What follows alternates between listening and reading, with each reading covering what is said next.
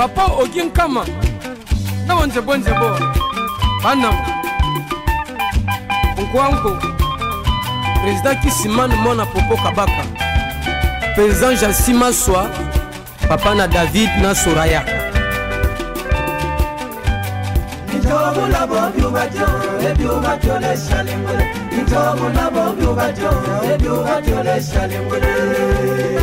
Père de Timaswa.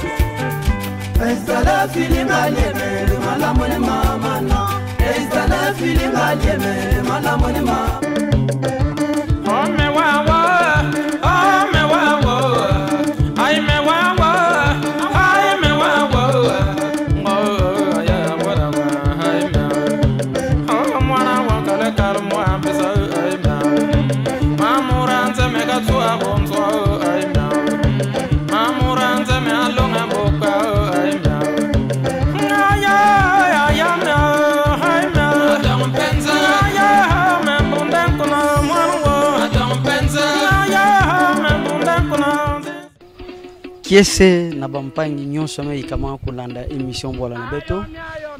Yo vanda na Kinshasa, yo vanda na Mputu, yo vanda na Brazzaville, mingi yo vanda na Mbanza Angola. Bampangi na Beto me panza na ebuke zande konso kizole émission Bwala na Beto ke bula masulu ke tala Bwala na Beto. Bubu bete na kiese ya kuyamba mbuta na Beto ya Lukumu, nganga mayele. Ya bampangi ke mingi na ba réseaux sociaux atatala badi na YouTube na internet.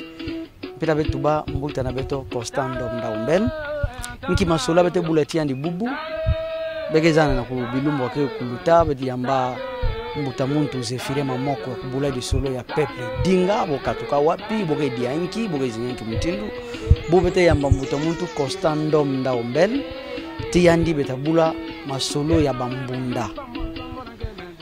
Bambunda kokatuka wapi, bambunda ke zinga wapi, bambunda ke dianki.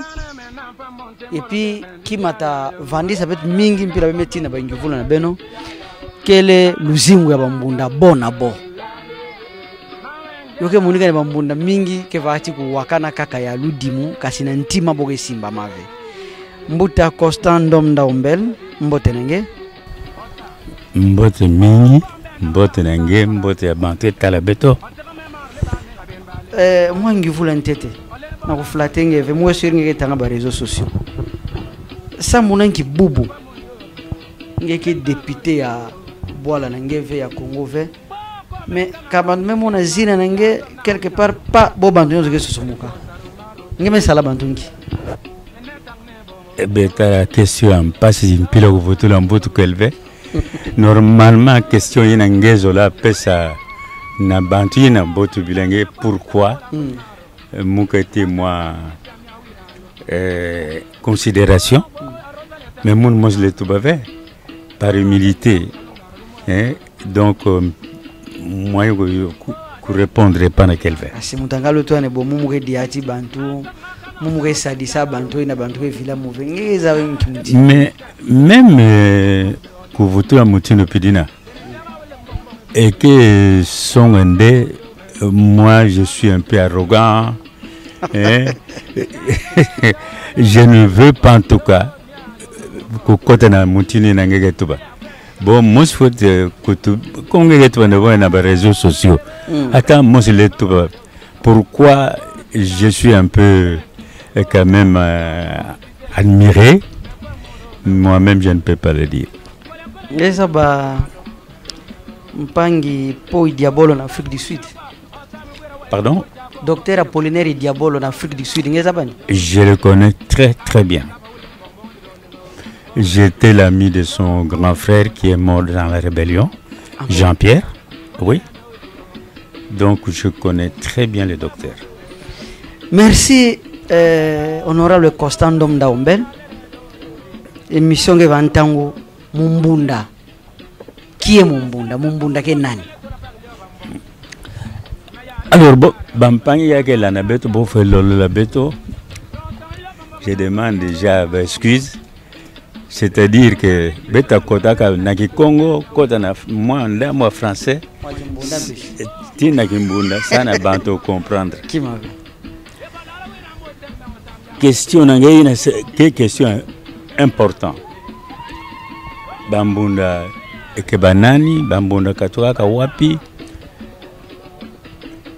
na ku sala bonto moins introduction bezabande na Congo yai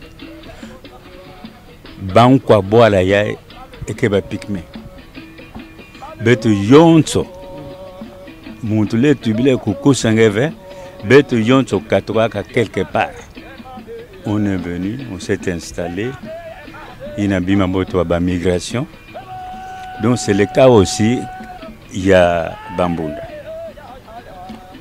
Peut-être que Wapi. Bambunda est une province à Kouilo, dans le territoire de Diofa.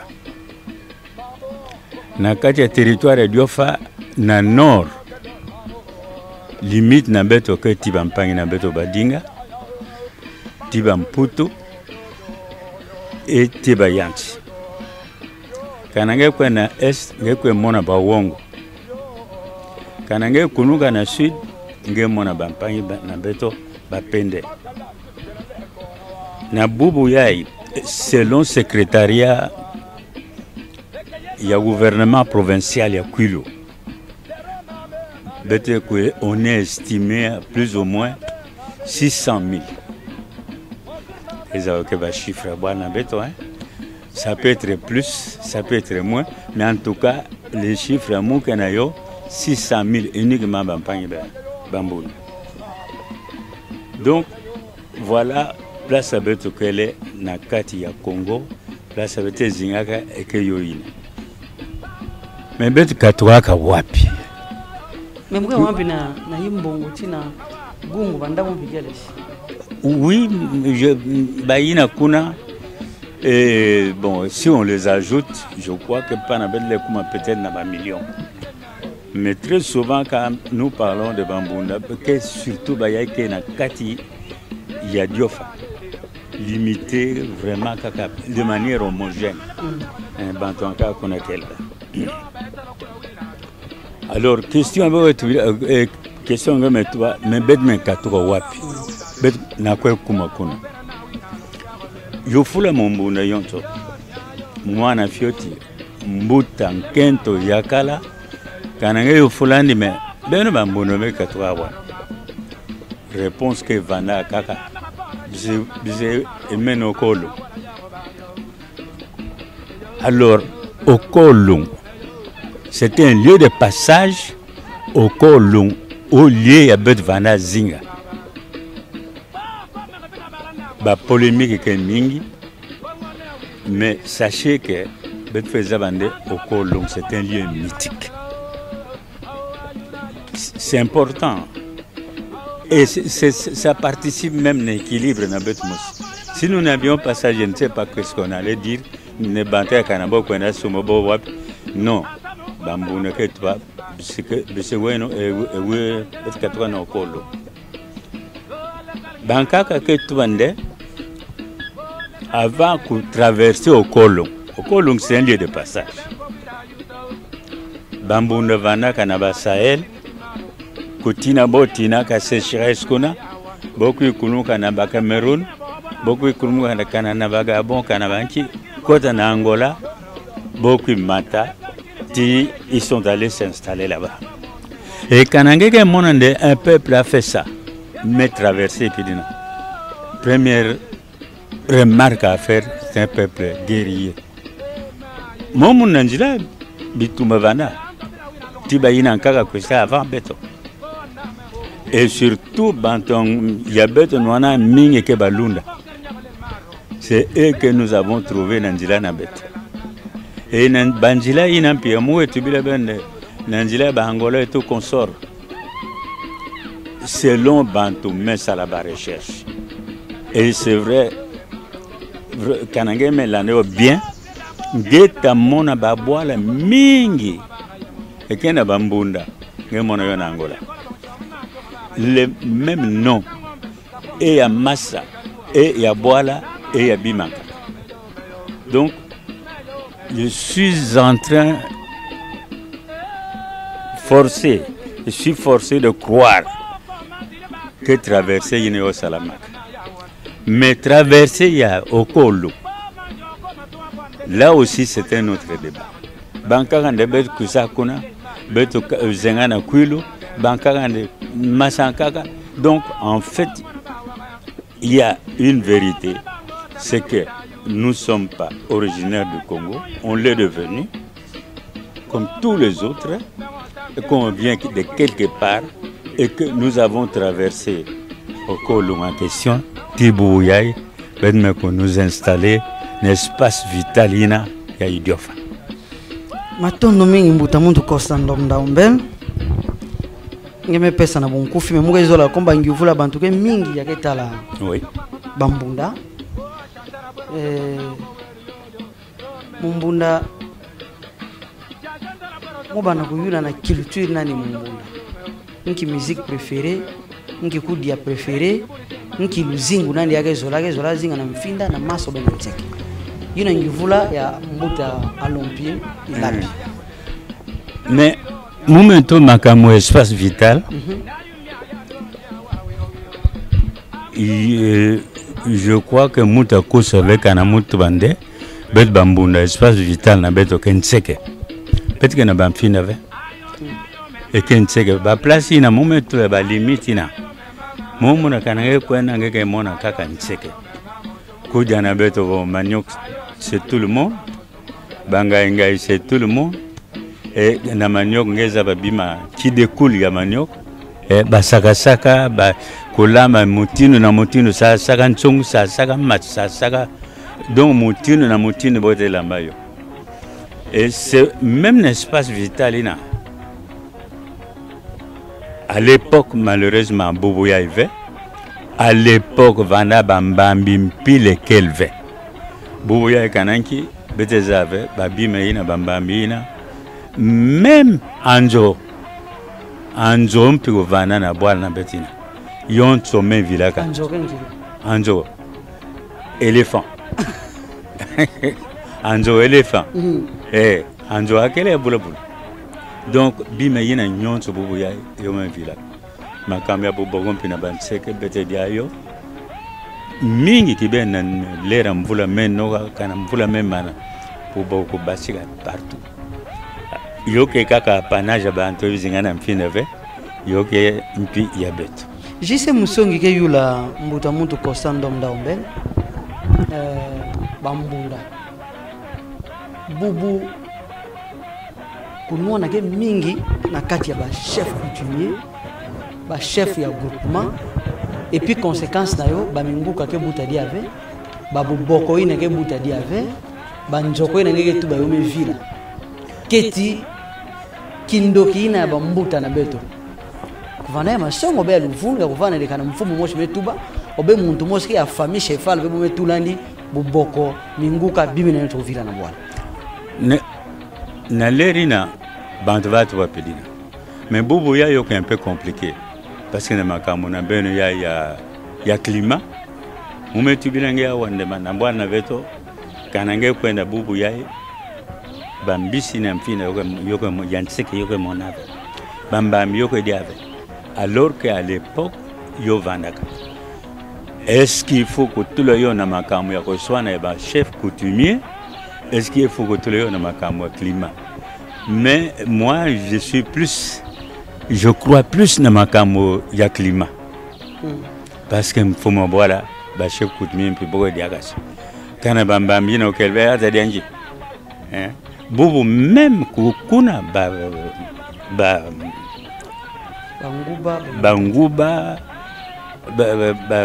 bima ya vezetu ba mantete yo me kuma ba problème et mfinda bet vana mingi bobo ndamo mfina comme on appelle la tuba savanina boisé yo me mana yo ke diave kana ki matidi na ke mena kuna bwana beto sana rien à voir petit bantseke na boisé donc je crois qu'il faut peut-être combiner les deux mais moi je suis plus pour le climat. Est-ce que honorable Costa Ndomda Ombel que demande coutume ke kinduki coutume non coutume que mutini ya kuzinga menge ya tubangi na ba pasteur ake tubande yempangi Keita na Masina yake yulande bambuta kosto ndam ndombel mezinga na ntango ya ntama mutayula mbikeso mo samulele ame yulawa bubu ba église me kuma mingi na mabwala na beto ketia lenda songo beto samuna nkiboke nuanisa coutume na beto ba église na mekota bubu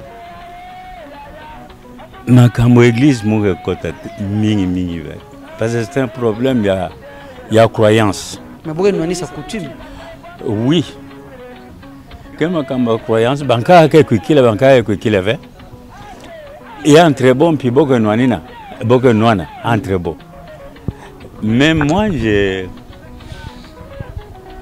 tiens à ça parce que mutini ya kuzinga et que longa beno ki mutino bele bala tina be butabana mutino beke ko éduquer bana ina ti bana ko kuma bantu coutume les vendre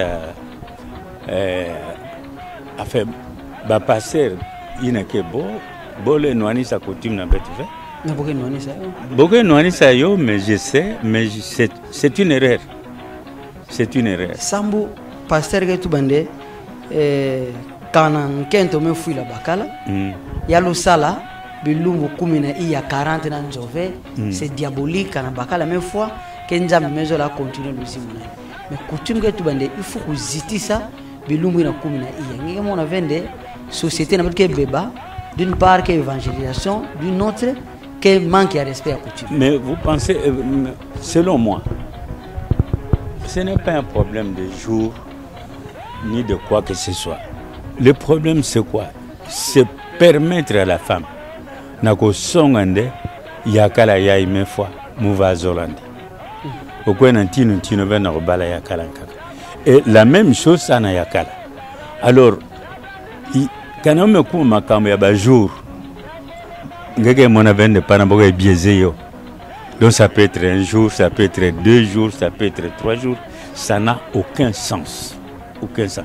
Pourquoi ne pas pourquoi mettre comment ne pas être d'accord avec quelques jours et dire que non, il faut autant de jours. Non. C'est un problème simplement de convenance. Hein? Yakoyokana et surtout na chef. Il y a yina mebikana ko son na bampangi yina me bampangi nandi deve yakal na mun yai muzola yandi yo yina mugezola 2 jours mugezola 3 jours mugezola 40 jours et ça n'a rien à voir avec la religion. Merci honorable Kosandom Daombel kaka yageta la bambunda mpangi André Kenangola kaka noko continuer na mabanza yina ake yula nde bambunda kuvanda na bilumbu 5 va kwena nseke bova katula mosi yena ntangu ina kuvanda nde kana ngeme buya kuwa kiluma bambuta kutula nde kwena na mfinda vena kudima bilanga kana ngeme kwenda ngefe kutana tiki gonza na ntangu na bova salama buna ame yula ndengi vula nteto ina ketingeke confirmer ya zola keto sana kibubo ke salama dia. Bobo Salama avait justement d'abord, c'est une question d'évolution. Bantu mingi ne croit plus. Mais comme religion, donc il y a un combat terrible anti-religion. Il y a les pasteurs qui viennent vous dire non, il y a le vun, mais moi personnellement, je sais que je voulais revenir un peu dans Nima. Les ramotois makamo climat. Naboua Nabet Vane, effectivement, des saisons. Saison Yai, Bodiantiko, pendant autant de temps, Munto Kwen en Tsekeve, Munto Tula Tiave, Munto Salapireve. Et c'était strict.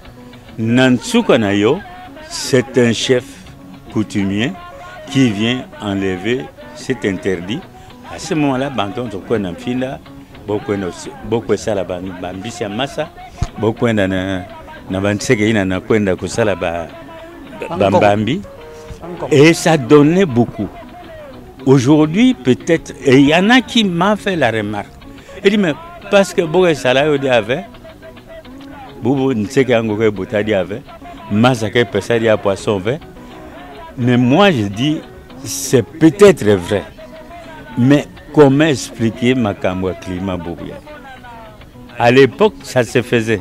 Mais pourquoi Boubouya était climat, Yoga Salama Diab? Est-ce que soit il y a un chef coutumier? Est-ce que simplement effet climat? C'est vraiment difficile de répondre à Kimena. Matondo mutamuntu kosana mdamba betu bila luzingu ya pila bade bigo na français solidarité mbulu luzingu ya bambunda bona bo kisika ya boke zingaka. Est-ce que bambunda bona boke zolana ya keleka? Si. Solidarité, le manque de solidarité n'est pas tellement un défaut. Mais je voulais d'abord faire un constat pour confirmer ce que tu dis. Mounou, je suis votre aîné. Mou Boutka na Boala. Mou Kisa Mona Kinshasa ka me kuma déjà Mbuta me katwa na Mputu. Mais mou yelaka totalement, entièrement na Katia Boala. Qui boit la zone à Toulouse? Qui mpata yiko. Na secteur ya Kanga. Groupement na beto milieu. Beto vanda effectivement bana bovati na ba séminaire. Mais quand beto me cuisine na ba vacances, beto ti bambuta, beto ko wile ba maman, beto ko wile ba papa et tout consort. Si bien que na côté ya zingo bambunda, muzabayo très bien. Et je peux vous en parler et je vous en parle. Kana beke zinga na kati ya Bwala ngeke pana tinzo nange ngeke sala bansusu nange ngeke sala bankombo nange ngeke sala mpitingulu munu mpikela wa moti nkendo tibana tibime ina yonse metu ba kote ira kono kana ngulu nange membuta bana tatu ya munu mpe membuta bana tatu qui camarade que luta na popa na mpilekele edi kana nsusu nange membuta bana tatu ya munu mpi bana tatu edi mais si par malheur lumbu mosi nkomo nange ko buta 2 chevreaux ya munu mosi et la même chose nsusu nange au lieu ko buta bana 5 ame buta ka zole ngewa belala mpongi na 4 heures du matin nge kangula makuta yina batu nde odi kaka yani na kunza ka tu 4 heures mpi ebel na kimbune ebele na 4 heures du matin ayante ko chanter. En fait, qu'on dénoncer sans citer. Banton kaka kele awa. En comment ba ke buta. Bete ke buta ve. En tout ça ba ke buta. Ya beto ke buta ve. Ou bien ya yani buta 5 ya beto D. Donc que tu montes tin kisiawa. Et c'est comme ça. Et c'est véridique, hein? Qui ne doit pas n'en plus froid. Parce que l'autre a compris, il y a que tu veux le monde et tu vas contre le monde. Un autre constat, c'est qu'à un niveau, ma maman que connaît un tchèque, tu vas n'sengo. Papa que connaît tu vas mbele. Maman que bella, voisine nandi awa, et que n'ambele et que n'sengo fait. Voisine que l'homme ne pèse mon nsengo mukwena ndeba boge pesa ils inventent ya ko inventer n'importe quoi pour que ya pèse nsengo. Pourquoi en fait na croyance na beto au niveau de ma maman. Quand on me pèse à Nsengo, ngeta zoyek. C'est-à-dire, ti Nsengo yena quand on connaît dans Nseke, Nseke n'engeta boutaba. Donc il faut jamais le faire. De la même façon, Namakamo Bambel la même chose. Et puis, quand on peut même votre anima papa. Namakamo ya élevage à moment de bas. Il y a un combo, il y a un soussou, il y a un goulou. Comment est-ce que tu peux comprendre que mon bunda que zolave, mpangi nandi govana tiba soussou ya koluta andi, bankombo ya koluta andi, et il ramène ça na makamo ya Kindoki. En tout cas, là, il y a un trait de vie. Un trait de vie que moi j'appelle, c'est-à-dire Mbunake Zolaka, une démocratie où aucune tête ne peut dépasser. Donc Mbunake Zolaka non mais c'est moi qui déduis. Quand tu prends l'exemple que je donne, hein, cela veut dire qu'il y a un problème, une démocratie où il n'y a aucune tête qui dépasse. C'est une bonne chose ou mauvaise chose? Ça peut être une mauvaise chose, dans la mesure où vous êtes en train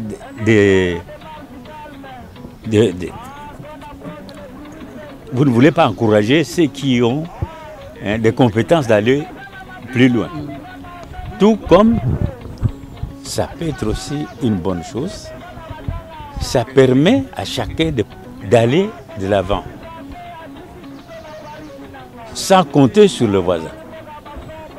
Mpangi ber mukoso mozane makamuge binga mutu batingi mais nkike sala mpangi ber mukoso ake inspecteur ya EPST ake yulange amesa remarque ndi ba grand ba mbuta ba notable ba mbunda ke wakana masongo be. Mais c'est ce que je viens de vous dire.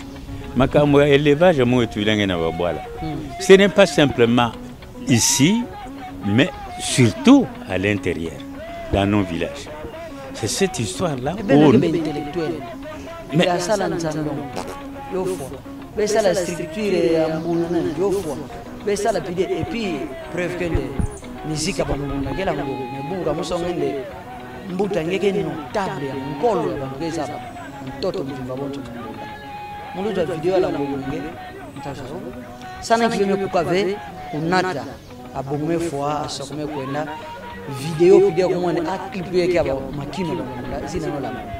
mais le problème, c'est que je viens de vous dire, d'abord il faut être ensemble.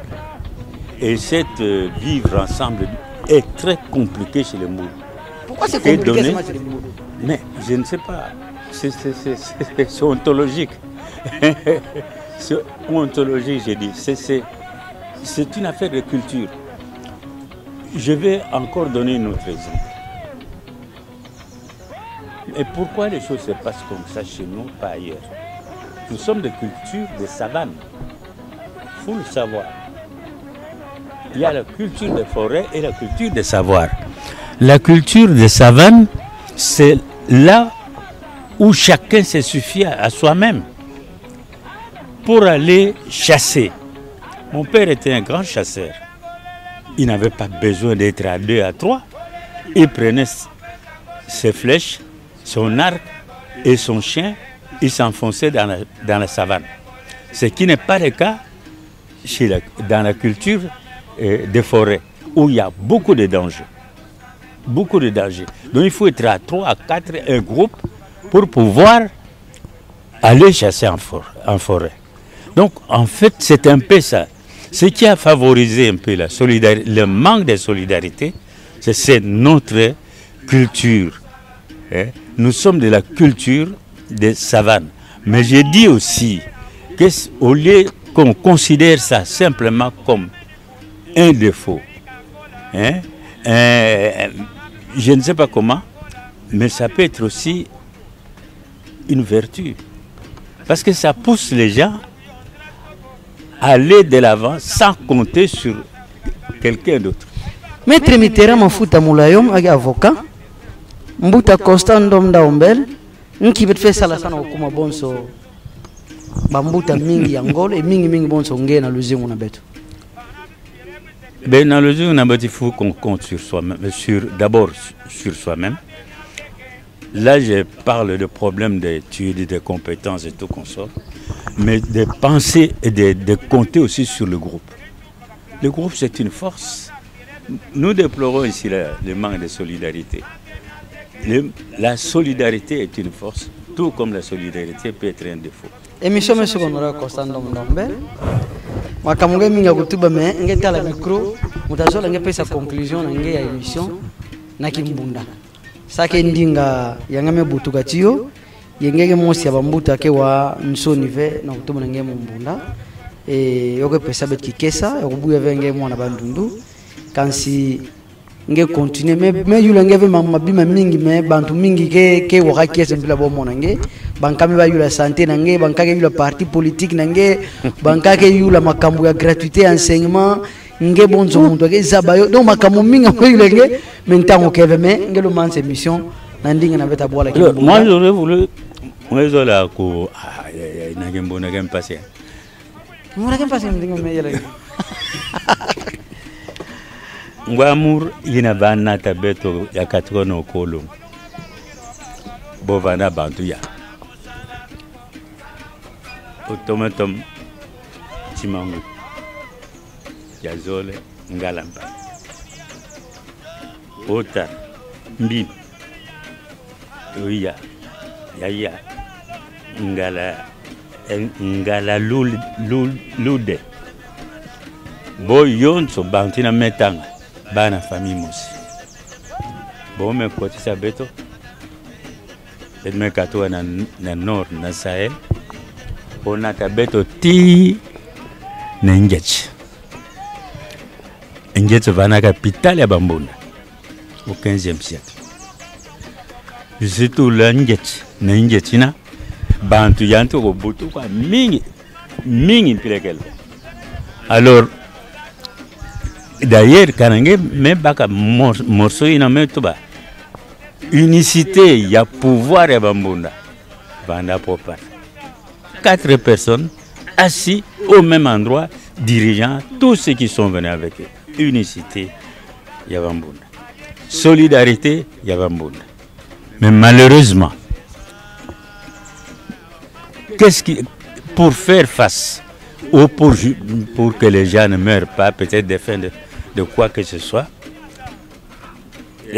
Chimangoum décide de décentraliser qu'il me faut moi. Il y a Bakayay, il y a Tinankuna, Bangalampangi, na Bokona Kuna, Bantuina Nyoto Bambimina. Et au lieu qu'on vende la décentralisation, Mossi, politique et non politique, Bantuna se sont tous pratiquement devenus indépendants, autonomes. C'est le début. Il y a que dispersion à bête. Si bien qu'aujourd'hui, dans Bambunda, il n'y a pas un seul chef. Il y a plusieurs petits chefs. Et chacun aussi se nomme chef. À l'époque de Chimangoum, nous répondions tous à Chimangoum. Quand Chimangoum a posé cet acte, voilà, presque excusez-moi. Alors, ce qui explique qu'aujourd'hui, personne ne répond à personne.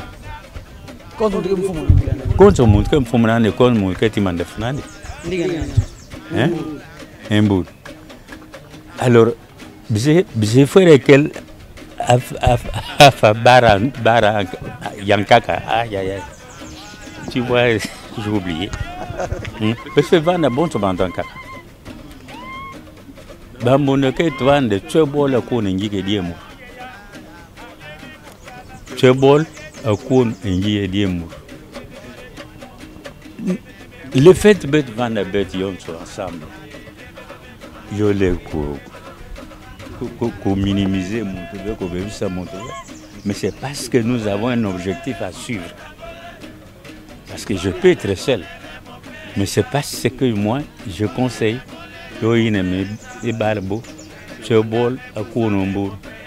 njike die mu matondo mingi na mbuta muntu Boris Mbukulaka kisika ngemelanda emission bwana na beto mbuta muntu Raoul Munzwele Biche Ndungi lekina munu ya architecte kisika ngemelanda emission bwana na beto noko Constant homonyme nenge kela emission bwana na beto mingi la wino na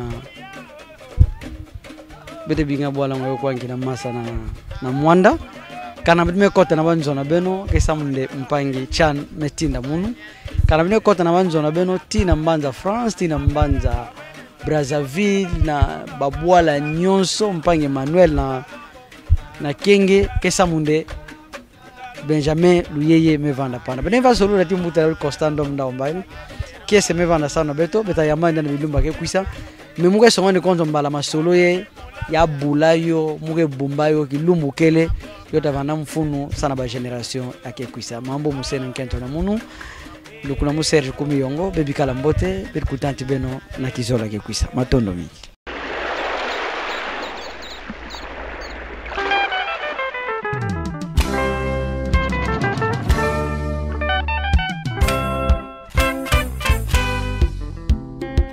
Papa Ogin Kama na wanze bonze bo bana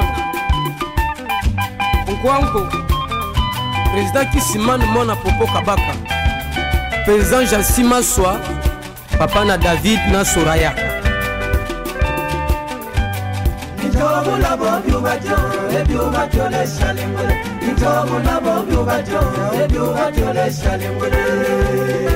père de Tima Swa Estala filinga lieme malamone mama no Estala filinga lieme malamone mama